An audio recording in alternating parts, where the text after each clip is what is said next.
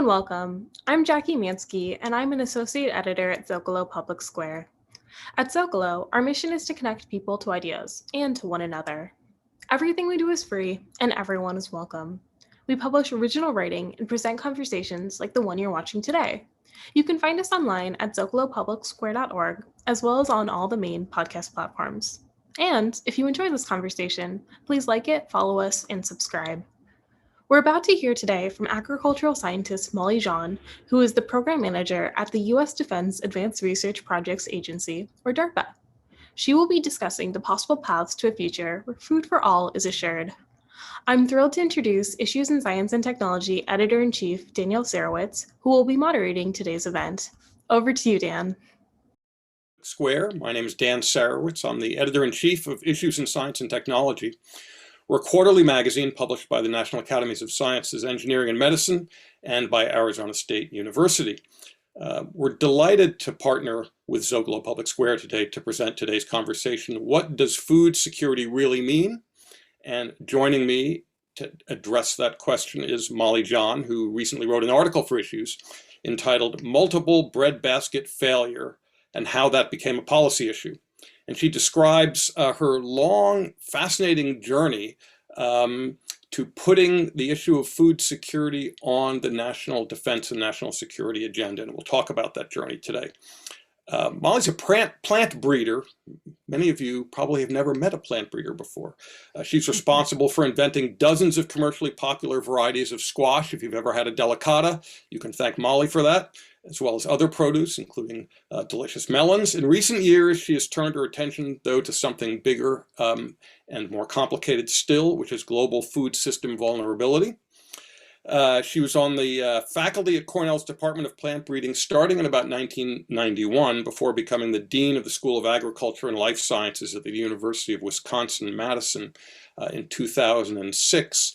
And then since that time, she's become more and more involved in these larger policy questions of food security and national security. And she's currently on assignment as a program manager in the Defense Sciences Office at the Defense Advanced Research Projects Agency, DARPA, where she's taking on the problem of improving long-term resilience of the U.S. food system.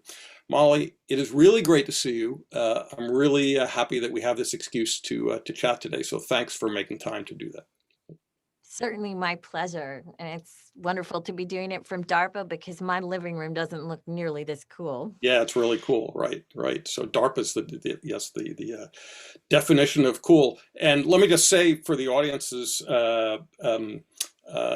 benefit or background that I first ran into Molly because we are both on an advisory committee for NASA's Applied Sciences division, and at those meetings you often get very short lunch breaks, and every time I had a lunch break at these meetings over a couple of years, I would have these incredibly interesting but frustrating, because they were only 10-minute long, conversations with Molly, where I quickly began to see two things. First, that she and I shared a really strong commitment to the idea that science is not this ivory tower activity that's best done in isolation from society, but actually is a social activity and is done most productively from a scientific and social perspective when the links between research and society are strong and vibrant. But the other thing I came to realize was that she was doing something really interesting and hard, which was she was actually trying to change the national agenda, the national defense agenda, to get it to focus on the question of food security. And so we're going to talk about that and about that journey. But first, I just want to talk a little bit about your deeper roots, as it were, as a plant breeder. You and I were both at Cornell at around the same time as graduate students in the early 80s. And I was in the engineering school across town from where you were at the agricultural school, and we never talked to each other because our sort didn't mix with your sort, which says a little something about how science often gets stuck in its disciplinary stovepipes. So tell me a little bit about, talk a little bit about how you became a plant breeder, because when you initially started graduate school, that was not really where you were headed. So what's plant breeding all about, and why was it attractive? Well, it goes back further than even my undergraduate. I I was ill as a teenager, and um, then was actually mistakenly given a terminal diagnosis, and then actually, just kidding, you're going to be okay. I got very interested in how systems heal and what it meant to heal. I had a fairly, while I wasn't in the process of dying, well, we're all in the process of dying. I wasn't dying, but I had a lot of healing to do. And I got really interested in how that worked. And instead of becoming an MD, I got really fascinated by the sort of elegance and beauty and mystery of biology. And I remain that way today. I landed at, fortunate for me, a small liberal arts school, and promptly placed out of intro bio, landed in genetics as my first undergraduate biology course. And it was genetics. It was really fascinating. I loved it. Took my first test. I got a 48. You still remember? Didn't go so well. Yeah, not a 49. Yeah, actually, this is no, it's 48. I'll never forget. So the professor said, if you anybody who got a D, C, or F, which seemed to be most of us, you have to come talk to me. So I went and talked to him, and he said, "Did you study?" And I said, "Yes, I studied. And he said, "Are you a freshman?" And I said, "Yeah." And he said, "I hate it when they let freshmen in here." Not off to an auspicious beginning, but he let me work as a technician, and he let me come in and talk to him every week until I got a B+ in that class. And I have to say, one of the sweetest moments in my professional career was when Swarthmore College gave me an honorary doctorate of science in 2015. And I got to tell that story to an assembly of graduating seniors, all of whom could one way or the other relate to that story. Yeah. And while that might not seem an auspicious beginning to a career in genetics, it actually was, because it forced me to build up from fundamentals. And so I wasn't very sophisticated about graduate school, wasn't even sure I was going to go to graduate school, but said genetics professor pulled me aside and he said, "I've done you a lot of favors. You got to do me too. One is you have to apply to at least one graduate school, and you have to apply for an NSF graduate fellowship." So I went down in my basement and I wrote up a fellowship proposal that I'm still really interested in today, about this fascinating kind of creature called cyanobacteria. And I went off to MIT Department of Biology. And let me just explain, since you're too modest to say this, because many of our listeners may not know, viewers may not know what an NSF fellowship is, but the National Science Foundation provides a rather small number of 4 or 5 year fellowships, full freight provided, for really promising graduate students in a variety of fields. It's really a way to make sure that good people who may not otherwise be able to afford grad school get to go and don't get distracted, because they don't have to teach, they don't have to do research tasks for professors to earn their living. They can just focus on what they're up to. So you went off to MIT with one of these fellowships, which is pretty cool. Which was awesome for me, and for all the reasons you've just described. But there was one other really awesome thing about the NSF fellowship. I launched into genetics at arguably the top rated biology department at the time to do genetics. And because of the state of the field at that time, we were just integrating some advanced biochemical methods that had to do with gene sequence, so had to do with genetics. Can I ask, were you interested in agriculture and plants at that point, or was this all just science for science? I grew up knowing a lot about plants because in my background we're 2 plant breeders, but I didn't know anything about doing plant breeding as a career. I didn't really even make the connection between genetics and plant breeding. I had no academic background in agriculture per se. So I went off to graduate school with exactly where you started this interview in mind. I really was committed to trying to use my science for the purpose of environmental issues have always been a major motivation for me. So I had this dream that I was somehow gonna actually, I had it all worked out. Even that's how I got the graduate fellowship, how that was all going to work. But it didn't work like that at all in graduate school. It Never didn't does. work like that No. at all. So I went home I could already tell it wasn't going to work like that by the midpoint of my first year. Can I just ask, this is because of the sort of standard indoctrination process, the hazing process of graduate education? Was that what it was? Yeah, it was. It was also at the time, and still is to some very large extent, a very, very reductionist department. Right. Yeah. And yeah. even then I rebelled. So it's really hard to see the connection between what you were doing and your desire to actually do something in the world, right? Yeah. Yeah. So I came home, read this chapter about my double great grandfather and his sons, several of whom were famous plant breeders. And I thought, they were Canadian, right? Canadian. Yep. So one of them, he did it for the love of it. He loved plants. He loved botany. Were they formally trained? Were they farmers? Were they both? The great grandfather came over. He was I think, 8th son of a shoemaker from Devonshire. But he grew every single thing that you could make grow in London, Ontario. And then he had 5 sons and a daughter, and he made those sons get out there and pollinate for him. And so everyone had to learn how to play a musical instrument, and they had to learn how to do something practical generally with plant breeding or natural history. And only one of them was actually dragged into becoming a professional plant breeder. And that was the one that really wanted to write French poetry and play the cello. The others were pharmacists, or my great grandfather was a physics professor. There was a chemistry professor, but the one that wanted to play the cello and write French poetry got dragged in to help his father breed a world famous wheat variety that opened up the western plains of Canada for settlement.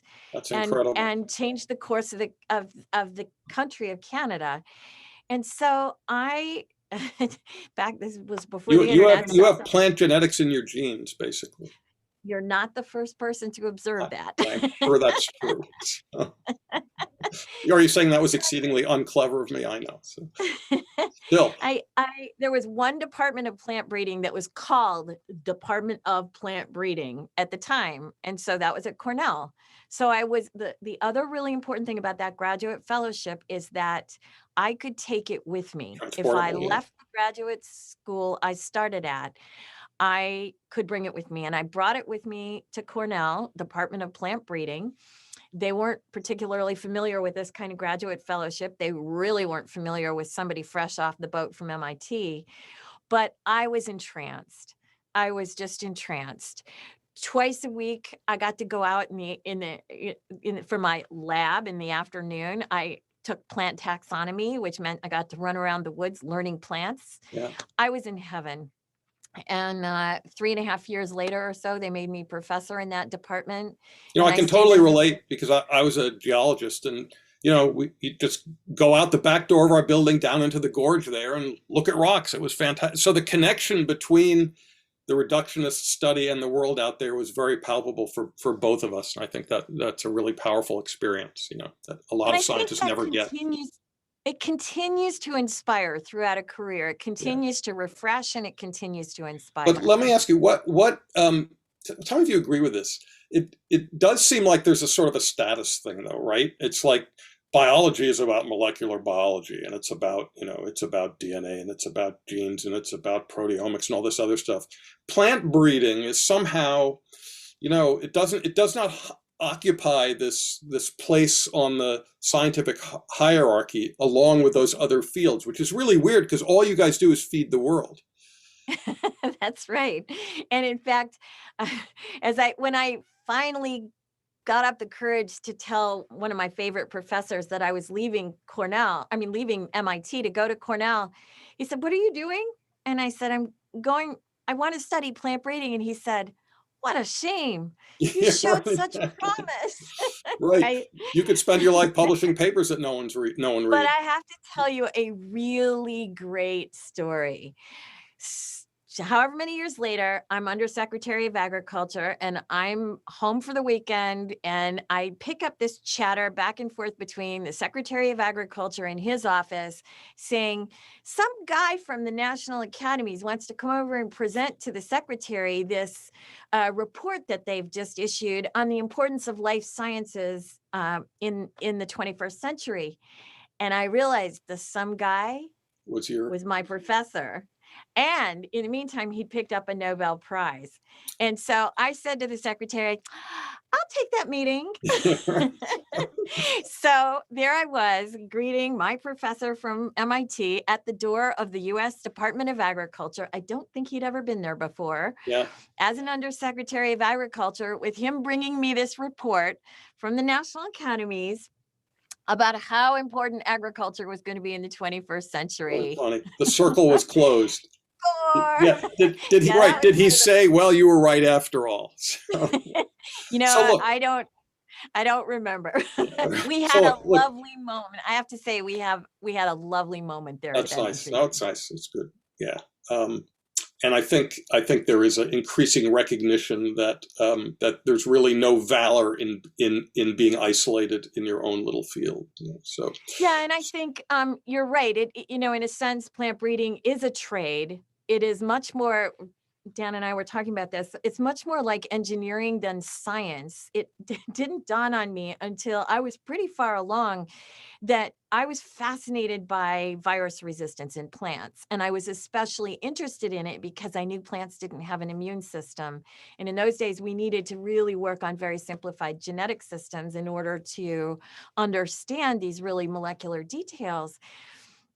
But it never dawned on me that no one understood that plant breeders not only didn't know that we didn't understand the genetic basis for viral symptoms or resistance to them, they didn't necessarily care. right. And they were still able to work with that set of characteristics magnificently, change the course of human history, but they didn't necessarily understand the mechanisms. And that has been a big lesson, because when I read, we have to understand da in order to do da, I always check those assumptions. Well, and it's interesting because this is a very widely held belief, is that you start out with fundamental knowledge and then apply it. Actually, the opposite is very often true. You figure out how to do something and then you try to figure out why it works. Yeah. And so this is really important, and many scientists, and in fact, I'd say our national science model doesn't really fully embrace those connections and feedbacks. So let's just tell me a little bit about plant breeding before we kind of move on the scale, get up a little scale of kind of applications a little bit. You know, how do you make a squash? You decide one day zucchini's not good enough for me, or this butternut squash is too fibery. What do you do? So it's always traditional plant breeding is all about the starting material. So it takes a keen eye and generally a willingness to sort of forge out beyond what is familiar. So I picked vegetables. I picked vegetables because I knew they were underinvested. They were important in the United States. They're also very important around the world, especially in food insecure regions. And because where they are grown in the developing world, they are often considered women's crops. And so I had what does that mean exactly? It means that in some cultures, there are male crops and female crops. So male crops might be the cereals, female crops might be horticultural. Meaning so you're talking about who tends them, who raises them? Who tends them, who keeps the money when the crops are sold. Ah, really? Oh, interesting. Yeah. So I was interested in vegetables for a number of reasons, not the least of which was they were considered to be much less important, and therefore I always go for the wide open spaces and I always go for the edge, and vegetables were considered sort of an edge. They're also beautiful. Yeah. And it turns out this is a little bit before America became completely obsessed with, having a dozen and a half different kinds of apple varieties by name in the store, right? It hadn't quite happened yet. And I found the connection between aesthetics and science just so much fun. And I always say to students who are thinking about going on in science, number one, the 1,000th time you do anything, it becomes routine by definition. So you better love it for other reasons than it sure seems cool the first 2 or 3 times, because you'll probably get over that if you're lucky. And so for me, I'd also loved electron microscopy when I was at MIT for the same reason. It was this connection between the science and aesthetics. So plant breeding is tremendously creative, especially if one is in a set of crops where you're not extremely yoked to yield. And so our commodity crops are very much that way, but vegetables are not. And so I did another thing. I like to eat a lot of different ones, these vegetables. So we did something very unusual for plant breeding programs of their time, of the time. And we ate what we bred, believe it or not, and we made it taste good. And then wasn't that the idea, though? Can I just ask? I mean, this is kind of, I mean, how do you decide what you're going to try to improve upon, or what traits you're going to try to develop? Presumably, one of the things you'd have to do is eat, right?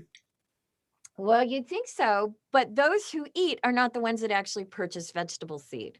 And so already a systems thinker, I was interested in the whole system. Yeah. And many fields, even now, but especially then, were really linear. So if I'm a plant breeder, then my product is a seed.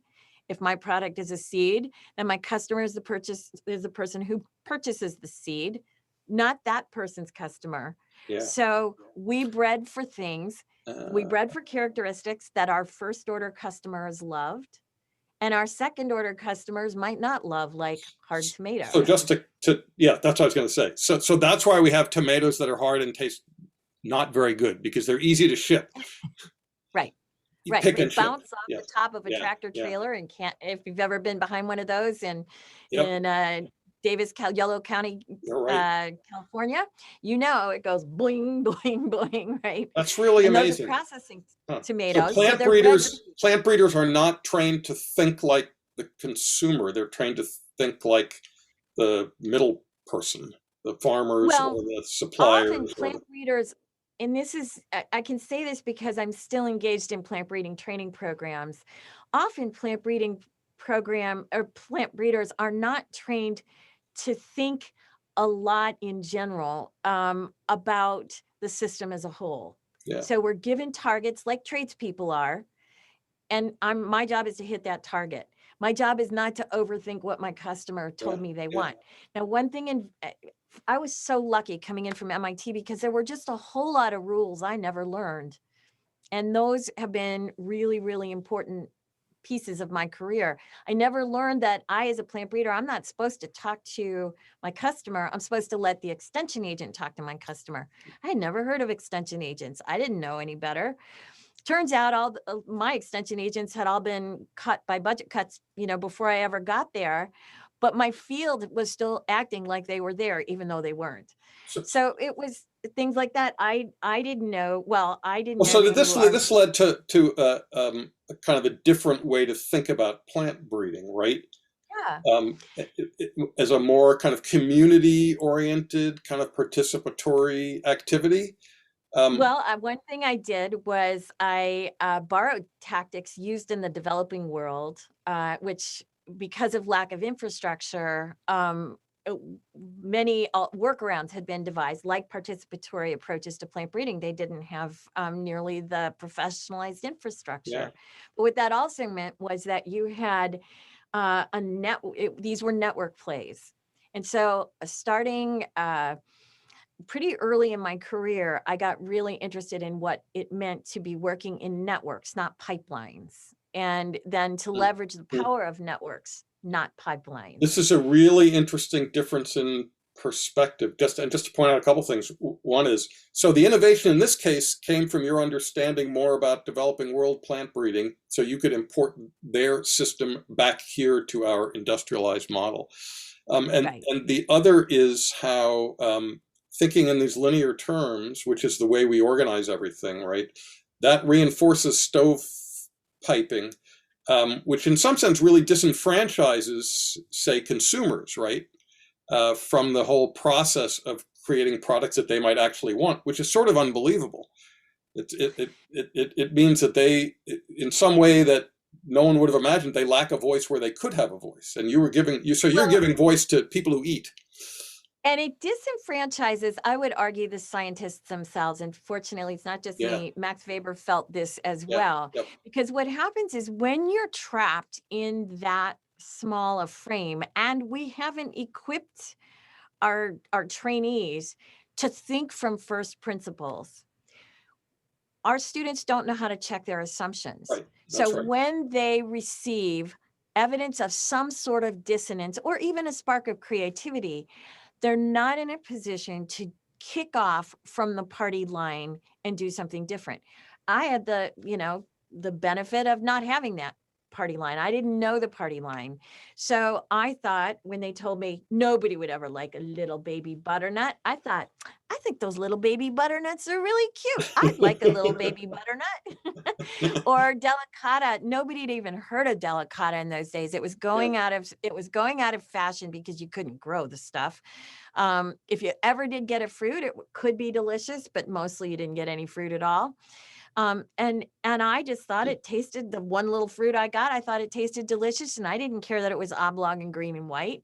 I thought that was cool. And then we did it. Then we were able to leverage a trick where we put a wrapper around the trait, high quality, that a consumer can identify and purchase, and that's delicata. But we also made sure there was something in it for the grower. We put it on a much more compact plant. It was disease resistant, which turned out to also give it a lot better eating quality. We crossed in much prettier, deeper flesh. So we brought in acorn squash flesh, all of this by traditional crossbreeding.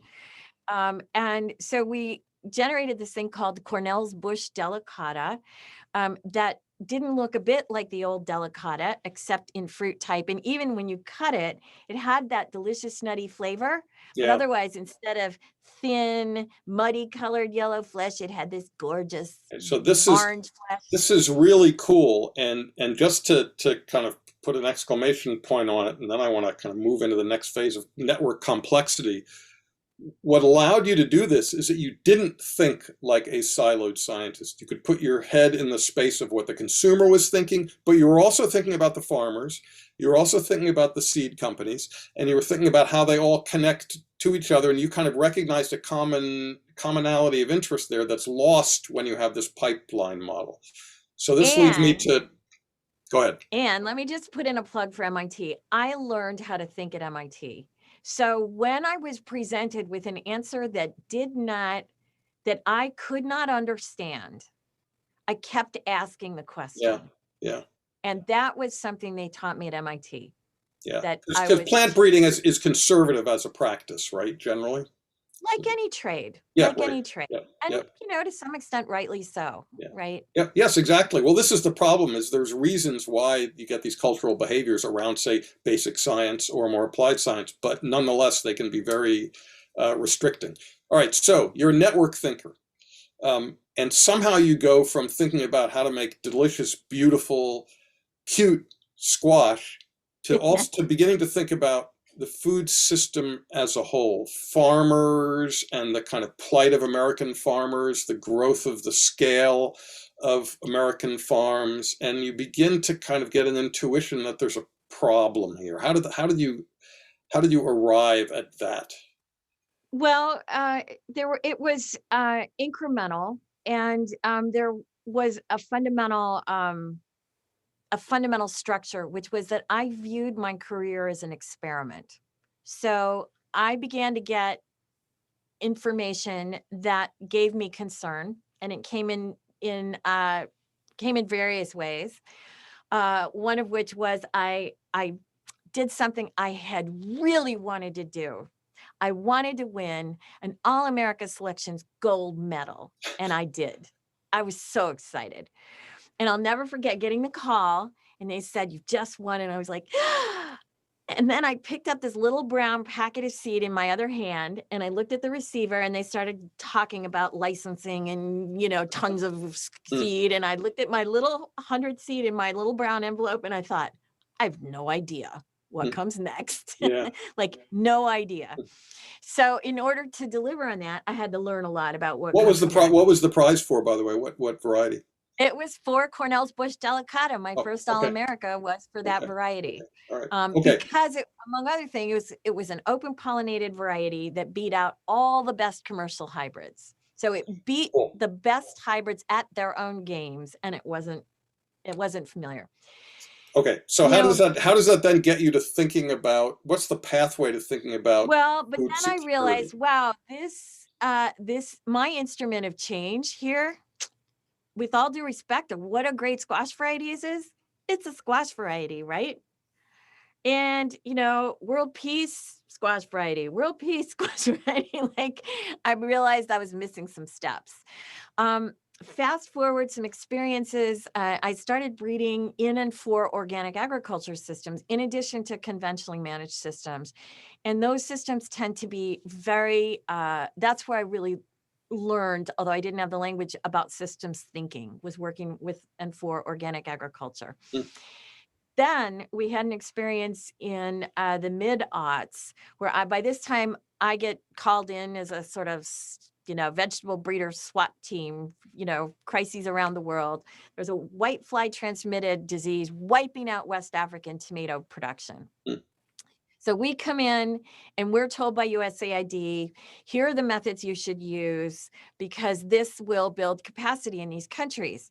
But by this time I'd gotten very focused on just getting stuff done. So I thought, I don't know that all that whitefly resistance that we've been working with for 20 years doesn't work in West Africa. And I'd really like to find that out. So I said to AID, you're going to need trialing networks anyway. We're going to have to trial whatever it is we come out with. So we're going to leverage these sorghum trialing networks that my friend who taught me about participatory agriculture had all over West Africa. And you're going to let me do a little telephone breeding. That is, I'm going to get on the telephone and I'm going to call my friends in seed companies because by this time I had them. And I'm going to strike a deal with them. And I'm going to say, we're going to trial your variety for free all across West Africa, as long as you agree to some sort of to consider an arrangement that would allow us to license that variety in that region if your variety is a hit. Lo and behold, we had a hit.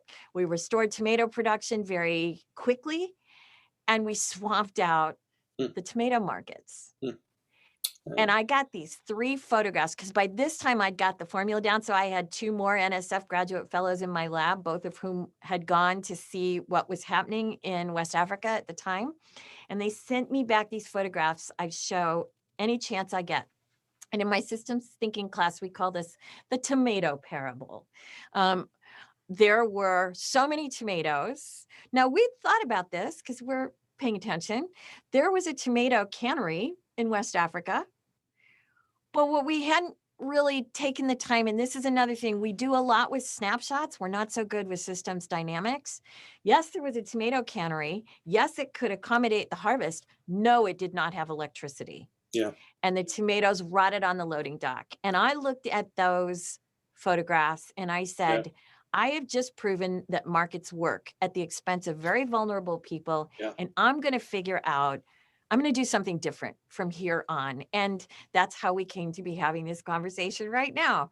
Okay. Is I did a pivot and began to think about what it was I was really after in systems. It wasn't raw abundance. Yeah. It wasn't just So this is plain a abundance. huge, it's 2 things. It wasn't raw abundance. It also wasn't raw efficiency, right? Because the whole system is about increased productivity. Right. So let's pull back and talk about the U.S. context. So you have these insights in Africa that markets might be smart, but that doesn't mean they don't screw poor people. And volume might be great, but that doesn't mean that we're in a position to make use of it to benefit people. So then, meanwhile, you have this insight about what's going on in the U.S., where you have these gigantic farms that are basically only made possible because of the government subsidy programs. You have farmers who are producing more and more commodity products, and yet doing less and less well for themselves. something obviously clicked in terms of then connecting that to a broader security issue. What was the insight there? Well, it was by this time I was really becoming quite rigorous about checking my assumptions. When I got an anomaly that is more tomatoes did not equal nirvana all the time, I checked my assumptions. Like, why would we ever think that that would be the case? Yeah. And there's a trend, if one looks at the dynamics of systems, there's a trend that is really pronounced in modern life in a whole host of areas, from casket manufacturers to vegetable seed companies, and that's consolidation.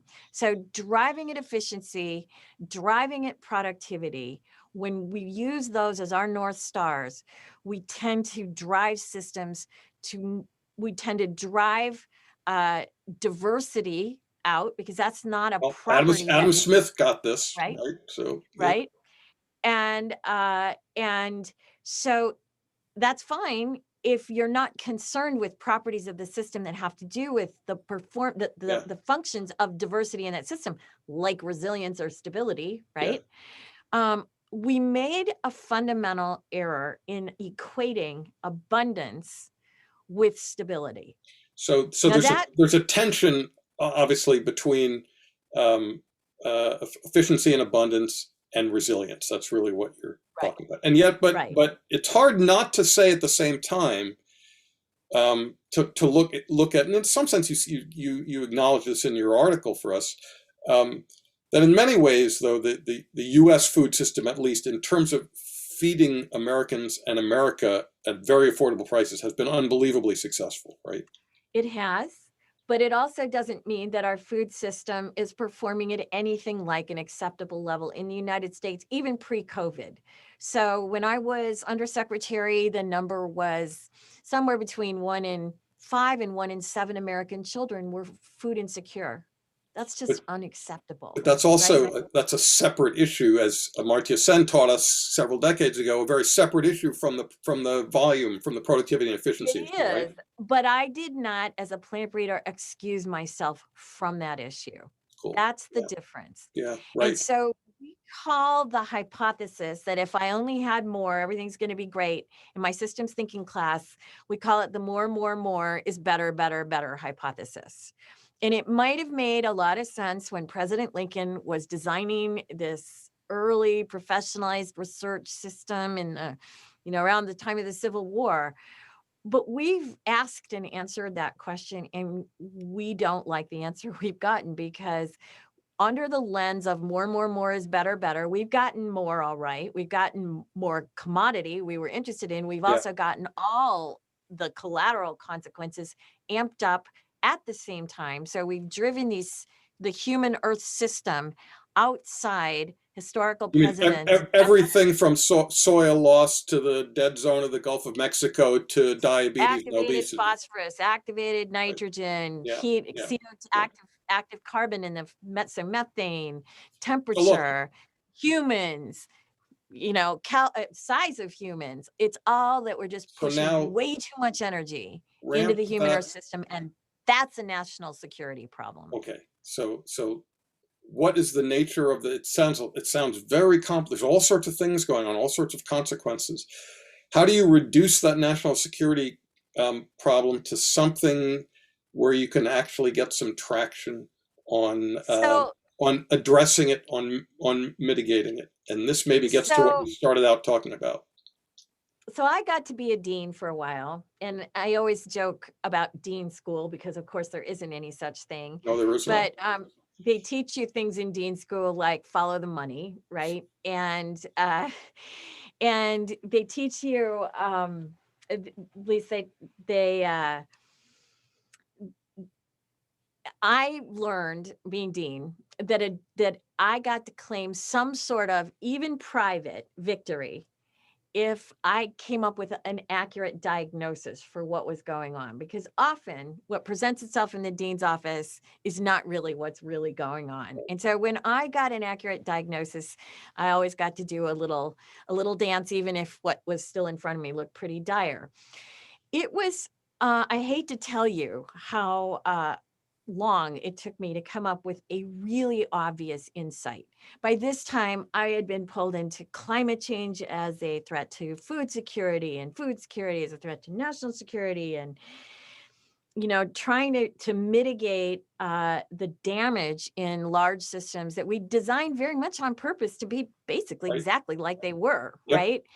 And I realized, actually, attending a friend's induction into the Royal Society in London, he's Mr. Photosynthesis. He was standing talking to Stephen Chu, who was at that time Former Secretary of Energy. Secretary of Energy. We were also standing talking to a man who had made his mark in diabetes research, diabetes and obesity research. And at this moment, the four of us realized that through our whole careers, we'd all been looking at energy. Yeah. And that actually the ills, many of these large scale ills of the world, directly go back to pushing too much energy into the Earth human system for what it can handle. Another way to think about that, and there's a wonderful PNAS article that has a ball of rock with a little, it's a battery. The battery's been trickle charged around the sun for however many billion years. Yep. And this one species showed up and decided to discharge that We're discharging it into the atmosphere, right? Yeah. Into us, the atmosphere, the water. And suddenly all these whack-a-mole problems collapse down to thermodynamics, right? Yeah. So let's just can you just back off and let's make that a little more transparent for those viewers who haven't taken physical chemistry.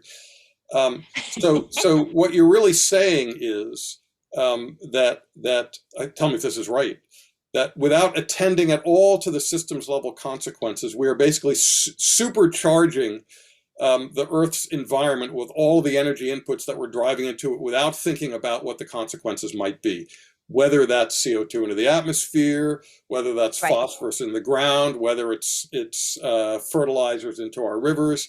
All of that amounts to energy that's simply being pushed into the system without thinking about consequences. So we've only got a couple minutes left. Now what you're going to have to do is tell me how you quickly got there to Section 1075 of the National Defense Authorization Act. In other words, how does this very scientific sounding insight about thermodynamics and energy in the Earth system get translated into something that policymakers can get their teeth into? How did you manage that? Well, I became interested in examples where human beings made very difficult change. And it turns out that transparency about the problem is really important for human beings making change. It's not sufficient, but it is necessary. And so I went to the grown-ups in Washington, D.C. that I could find at the time. And time again, I found the most ardent humanitarians, the most enthusiastic environmentalists, and the savviest systems thinkers in the Department of Defense. And so I took it upon myself, in my experience too, to learn how to teach myself how to make my case to these colleagues. They were reaching for me at the same time. We had a concern in our national security strategy on violent non-state actors at the time. Violent non-state actors often control areas by controlling the food system. We'd fought Iraq. There were a lot of people coming back who had experience with food systems in a national security context. And so then when in doubt, I checked my history. I found the book called A Taste of War by Lizzie Collingham. It's the history of food in World War II. And I've given away probably 150 copies of that book, including to a senator I happened to run into in the airport, as I describe in the piece. Article. She took a look at that. You're also, I might say, an unbelievably energetic connector of different network nodes, everything from Lloyds of London to generals to senators to people who you're not allowed to tell us their names. So somehow you managed to corral this incredibly complex network and end up with new language and a new definition of national security, or new contribution to how we define it, where there was none before. I can just say to our audience, dial us back. I got report language in the National Defense Authorization Act, which I have to say, I'm going to regard that as a triumph. As a former congressional staffer, I'll tell you, report language is everything, because it might not be in the law, but it's actually what people in the agencies look at when they try to understand how to interpret things. So we're actually going to have to wrap up here. And the first thing to be said is it's fabulous to talk to you. The second thing to be said is, and I hope our audience agrees, that we could go on for another hour, but we're not going to. If you really want to find out the additional details to how Molly put food security on the national defense agenda, you can look at the latest. I didn't do it by myself. You did not, and you are unselfish in attributing credit all around your network. Nonetheless, you are a galvanizing catalytic force. We're all fortunate that you're out there doing this stuff. Good luck at DARPA. Well, my mom told me I'd never amount to anything, and that was probably the best thing ever, because I wasn't thanks, afraid Mom. to take risks. Yeah. So we're going to close. Thanks, Molly. It was fun as always. I look forward to our next conversation. Thanks to everybody watching. Thanks for joining us. You can visit Zócalo's website, zocalopublicsquare.org, for a summary of our talk, plus interviews with Molly and with me, other conversations like this one, past and future. And you can also visit issues.org, the Issues in Science and Technology magazine website, to find Molly's article and get all of the additional details that we didn't have time to cover. So thanks, everybody. Thanks, Molly. See you around, and take care. And thanks to all of my friends that made this particular thing that brought me to Dan's attention possible. Bye-bye, everybody.